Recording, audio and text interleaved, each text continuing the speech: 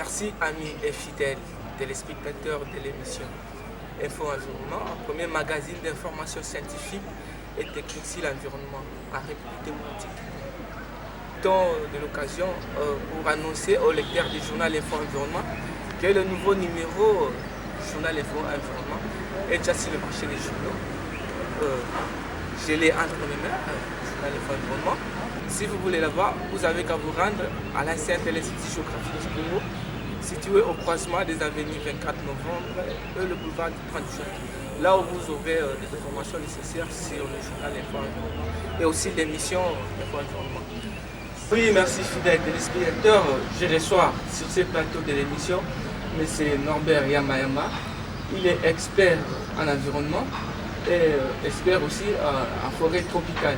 Bonjour M. Norbert Yamayama. Bonjour, M. Piquet. Nous vous resterons aujourd'hui dans le cadre de l'émission Info Environnement. Vous êtes expert en environnement. Comment vous voyez aujourd'hui la question de l'environnement? Merci d'abord pour l'opportunité que vous m'offrez.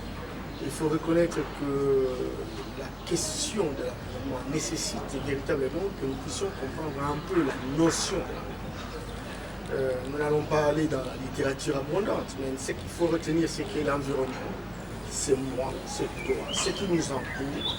J'allais dire le milieu de vie, le cadre de vie, les modes de vie. Lorsque je parle de modes de vie, je parle de la culture.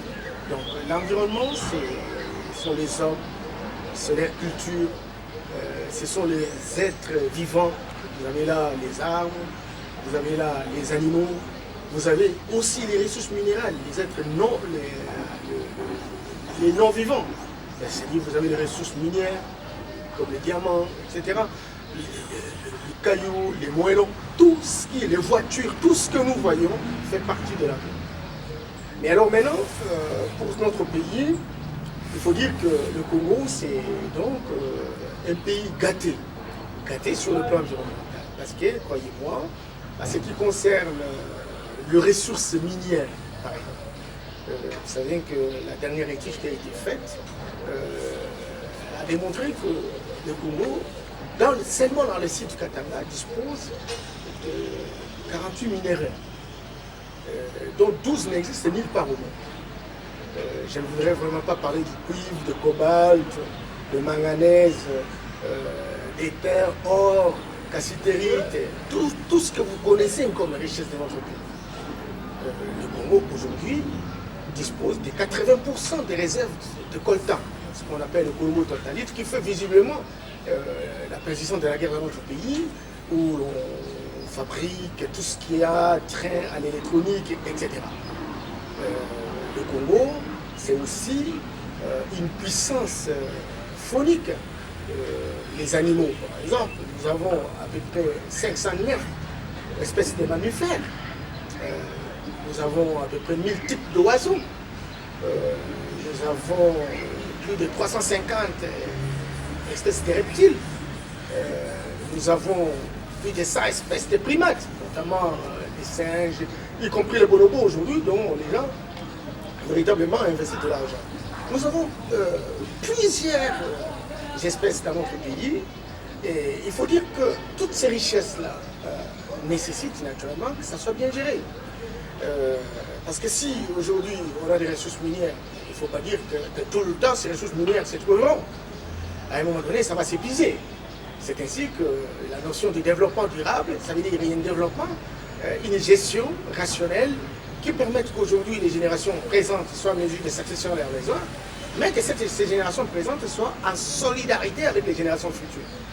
Mais il me semble que là aussi, ça pose problème, étant donné que le prélèvement des différentes ressources disponibles ne tient pas compte de cette solidarité intergénérationnelle. Bon, quand cela ne tienne, il faut remarquer que ces richesses aussi que nous disposons dans notre environnement ne nous permettent pas véritablement aussi d'améliorer nos conditions de vie. Mais ce n'est pas parce que la population n'est pas sensibilisée, n'est pas informée par rapport à tout ce qu'ils possèdent comme richesse environnementale. Je ne sais pas, est-ce que c'est un problème de sensibilisation? Non, écoutez, la gestion des ressources qui sont disponibles exige naturellement, effectivement, qu'on puisse avoir des attitudes, qu'on puisse avoir un comportement, qu'on puisse avoir un état d'esprit qui est conforme à cette gestion rationnelle. Que ce soit au niveau des autorités de la République, que ce soit au niveau de la population, il me semble que nous ne sommes pas encore arrivés à une mise à niveau dans la gestion de nos ressources. Regardez les arbres. Quand on coupe n'importe quoi. Or, l'arbre a un rôle important au niveau de la respiration, au niveau de la production de l'oxygène. Alors, maintenant, si le gouvernement de la République, il y a des îlots forestiers, il peut lotir. Vous savez, généralement, ici chez nous, tous les espaces verts, dans la plupart, à 70%, ont été lotis. Alors, ou bien que l'espace vert détient des arbres qui permettent naturellement la production de l'oxygène au regard, n'est-ce pas, de la photosynthèse. Encore que n'a pas que c'est l'oxygène. Il y a la séquestration de carbone qui aujourd'hui sont à la base des gaz à effet de serre et qui apportent des perturbations climatiques et qui apportent de perturbations au niveau des rendements, etc. Et donc, et même au niveau de la population, lorsque on voit un arbre, on coupe. Tout cela nécessite naturellement qu'on puisse avoir une politique très volontariste au niveau de l'importance de l'environnement, au niveau de sa sauvegarde, au niveau de sa protection, au niveau de son exploitation. Parce que Dieu aussi nous a donné la possibilité de modeler ou d'humaniser la nature naturelle. Donc nous pouvons satisfaire nos besoins qu'au regard de notre environnement. Mais encore qu'on ne doit pas tout terminer parce qu'on a besoin de satisfaire nos besoins, mais il faut savoir gérer pour que ceux qui doivent vivre aujourd'hui puissent mieux vivre et que ceux qui doivent vivre demain puissent aussi vivre. Oui, s'il vous plaît, mais la responsabilité incombe à qui? À la population ou aux autorités congolaises? Une responsabilité partagée. Celui qui a le monopole du progrès social, c'est le gouvernement de la République qui gère cette question spécifique au travers le ministère de l'environnement, tourisme, forêt, etc. Et donc, mais aussi la population, parce que le ministre n'est ministre que lorsqu'il y a une population qui visiblement est aussi bénéficiaire et acteur potentiel de la gestion environnementale. Et donc, on a besoin à la fois que le gouvernement de la République puisse donner des orientations, donner un sens de direction, de manière que ce que nous avons comme ressources naturelles, ce que nous avons comme ressources forestières soit bien géré en faveur de la population, encore que la population soit en mesure aussi de bien gérer. Et dans la population, vous avez aussi les exploitants. Vous avez les exploitants forestiers, vous avez les exploitants miniers, vous avez les exploitants artisans, les artisanaux généralement, etc. Et donc, c'est donc cette répartition des rôles qui consiste à dire aux uns et aux autres que si on ne gère pas bien ce que Dieu nous a donné, et donc nous serons tous victimes. Ce n'est pas le fait qu'on est exploitant minier où on a beaucoup d'argent et on n'est pas concerné par les perturbations climatiques liées à la mauvaise exploitation, à la mauvaise gouvernance de ce domaine précis. Il y en a de même au gouvernement de la République. Si aujourd'hui il y a des perturbations climatiques et que les gens ne savent pas comment cultiver, comment produire, comment avoir la nourriture, etc., et bien la faim va s'augmenter et puis bon, il y aura des révoltes, il y aura des migrations qui seront difficilement gérables, etc. Et donc, y compris aussi de la plupart de la population. Aujourd'hui, on était en train de pleurnicher par rapport à ce qu'il y a eu comme massacre des Okapis, etc. Demain, que diront les enfants des enfants des enfants de nos enfants? Ça aussi, c'est un problème. Et donc, on a besoin à la fois aujourd'hui de prendre véritablement des politiques qui permettent à ce que les choses se fassent comme il se doit aujourd'hui, mais que demain aussi, les héritiers accèdent naturellement à ce que nous aussi, nous avons accédé. Et cette solidarité intergénérationnelle permet naturellement que cela soit véritablement piloté par le gouvernement de la République au travers son ministère sectoriel. Oui, mais c'est... Vous avez eu à voyager dans notre pays. Est-ce que vous avez vu la situation que les autres traversent par rapport à ce qui concerne l'environnement? Est-ce que vous voyez que la population congolaise aussi, elle prend la situation de l'environnement en considération comme dans d'autres pays là où vous avez à vous promener, là où vous avez assisté? Vous savez, Peter, la situation de notre pays, c'est une situation très grave. Vous savez que les institutions de la République n'ont pas encore réussi à faire véritablement leur travail. J'ai toujours vu le ministre le jour de la fête de l'environnement, des arbres, C'est souvent en septembre, et il s'en va quelque part, il commence à planter des arbres, etc. Et puis ça s'arrête. Ça s'arrête. Non, je crois qu'il y a des mécanismes de sensibilisation, mécanismes d'internalisation de tout ce principe, de toutes ces attitudes, de ces comportements dans le chef de notre peuple. Et pour nous, nous avons toujours dit que nous avons une très grande forêt. Nous avons des richesses minières et que rien ne peut nous arriver. Il y en a même ceux qui disent qu'avec les 145 millions d'hectares de forêt, ce qui vous dit, je venais de dire, les différentes ressources, le Congo c'est une méga biodiversité. Et on dit non, rien ne peut nous arriver. Attention, nous n'avons qu'une seule atmosphère, nous n'avons qu'une seule terre. Ce qui se passe aux États-Unis a des répercussions sur ce qui se passe chez nous. Vous savez que la pollution, qui se réalise dans des pays industrialisés ont des répercussions sur nous. C'est comme ça que vous voyez, pendant la saison sèche, on a la pluie. Pendant la saison des pluies, on a la saison sèche. Et ça apporte de grandes perturbations en milieu rural. Pas seulement en milieu rural, même en milieu urbain. Mais cela se fait ressentir en milieu rural simplement parce que ces gens vivent des travaux agricoles, etc. Et ces perturbations saisonnières font que la production diminue. Et lorsque la production diminue, c'est la famine qui visiblement elle doit élire domicile dans nos villages. Et donc, ailleurs, ils ont déjà pris conscience. Quand vous arrivez par exemple, Peter, dans un pays comme l'Allemagne, vous êtes, avant d'atterrir, vous êtes au-dessus des toitures. Vous voyez pratiquement 60% des toitures sont couvertes des panneaux solaires. Au lieu qu'on utilise l'électricité ordinaire, on utilise l'électricité écologiquement acceptable. Et ce sont ces panneaux solaires qui alimentent naturellement. Et il faut voir, il y a des bateaux qui sont électriques. Il faut voir le carburant. Aujourd'hui même, on est en train d'étudier la possibilité d'utiliser les différentes surfaces qui permettent de pouvoir capter l'énergie solaire pour que cela donne véritablement l'électricité. J'étais même en Allemagne de l'Est. J'ai vu des grands champs qui étaient autrefois utilisés pour l'élevage, je ne sais pas, des vaches ou l'élevage de porcs, etc. Cette surface-là, cher Peter, aujourd'hui, c'est couverte de panneaux solaires. Et donc, surélevé sur des poteaux, mais en bas, il y a l'agriculture, au-dessus, ce sont des panneaux, et les fermiers deviennent véritablement des distributeurs de l'électricité parce que ce secteur est libéralisé. Je vois aux États-Unis, par exemple, lorsque vous regardez les pylônes qui alimentent l'électricité, vous allez voir la plupart des pylônes, surtout en Maryland, où j'ai véritablement observé les choses, et vous allez voir que ces pylônes-là sont en bois. Vous savez pourquoi? Parce que le bois, c'est le puits carbone. C'est le bois qui séquestre le gaz à effet de serre. Et les Américains ont utilisé les pylônes métalliques, etc. Il y en a, ça c'est évident, en moindre proportion.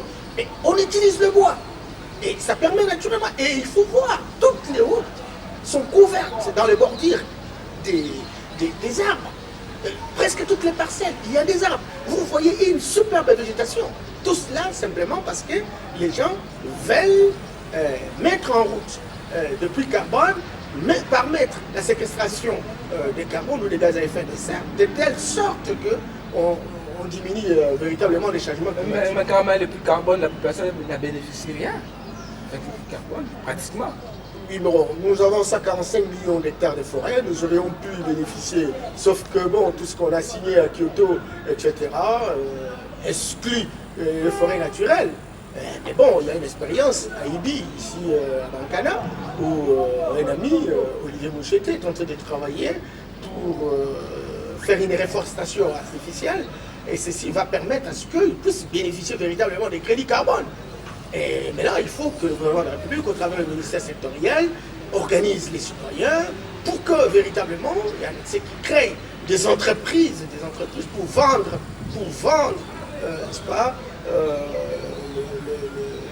pour vendre le nombre de mètres cubes à séquestrer, les mètres cubes de carbone à séquestrer par les forêts. Hein. Ça, il faut, et aujourd'hui, je vous assure, si quelques experts, rares d'ailleurs, qui connaissent cet état de choses, mais lorsque vous arrivez à milieu rural, les gens ne comprennent même pas. Vous voyez, et donc on est dans une situation, dans un flou artistique, où le gouvernement de la République qui aurait pu prendre le leadership pour qu'il embarque notre peuple dans une dynamique qui permette demain ou le lendemain que nous puissions n'est-ce pas, éviter la situation dramatique. Écoutez, le gouvernement n'a pas encore véritablement fait son travail. Et bon, quelques efforts aujourd'hui, ce sont les partenaires extérieurs qui donnent un peu de moyens, qui fait ceci ou appris ceci, etc. Mais on n'a pas encore ressenti véritablement une grande appropriation de cette dynamique, parce que demain, la situation deviendra très catastrophique. Vous savez qu'aujourd'hui,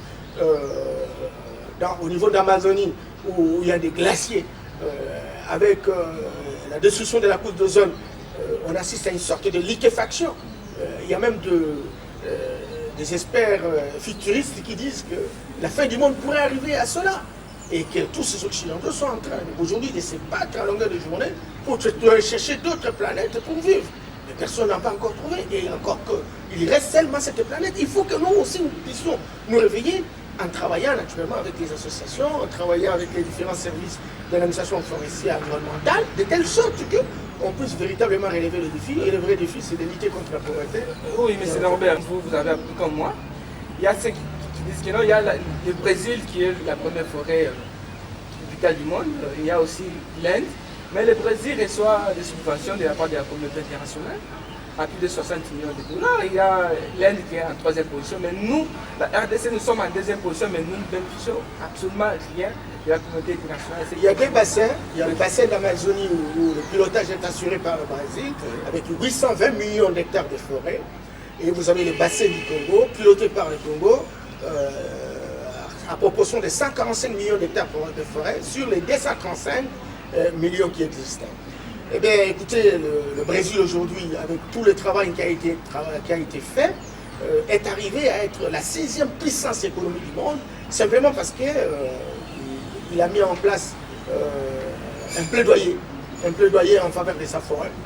Et il a reçu beaucoup d'argent qu'il a réinvesti dans les domaines agricoles, les soya, l'élevage, etc., qui aujourd'hui fait que le Brésil soit véritablement une grande puissance économique. Il me semble que nous, par rapport aux négociations, il faut regarder même les chaînes internationales. Vous n'allez pas voir qu'on parle de plus en plus du Congo. Brazzaville, le Congo-Brazza, n'a que 22 millions d'hectares de forêt. Mais lorsque vous regardez les chaînes comme Télécide, vous regardez les chaînes comme Afrique 24 ou France 24, de plus en plus, on voit le Congo et le Congo-Brazza commence à prendre le leadership dans le secteur forestier. Donc il n'a pas véritablement le même volume que la République démocratique du Congo. Ça, c'est un problème. Mutandis pour le Cameroun, qui n'a que 22 millions. Mais vous savez, la contribution dans les produits intérieurs bruts, c'est 6%. Le Congo, qui a 145 millions d'hectares de forêt, n'a que 0,7%. Il y en a même ceux qui disent 1%, ça c'est évident. Et donc, lorsque vous regardez le Togo, avec 17 millions d'hectares de forêt, écoutez, la contribution c'est 11%. Et lorsque vous regardez notre budget, vous allez voir qu'il n'y a pas grand-chose. C'est maigrichon en termes de... Mais est-ce que la forêt congolaise peut aussi contribuer aussi au budget? Mais vous savez, il faut aller au port d'Anvers en Belgique. Vous savez, une grille d'un diamètre de 150 à 200 ou 250, c'est 10 000 euros. Ça vous fait dans les 14 000